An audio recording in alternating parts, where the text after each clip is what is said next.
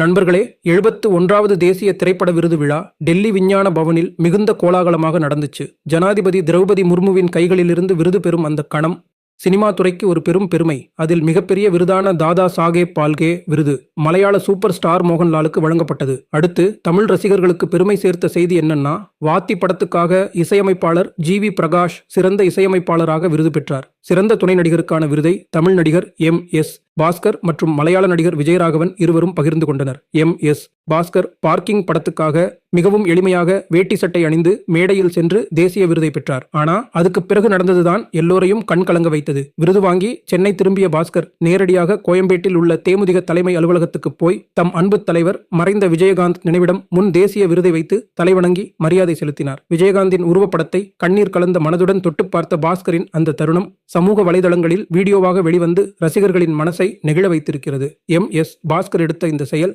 மனிதநேயம் உயிரோடு இருக்கு என்பதற்கே பெரிய சான்று.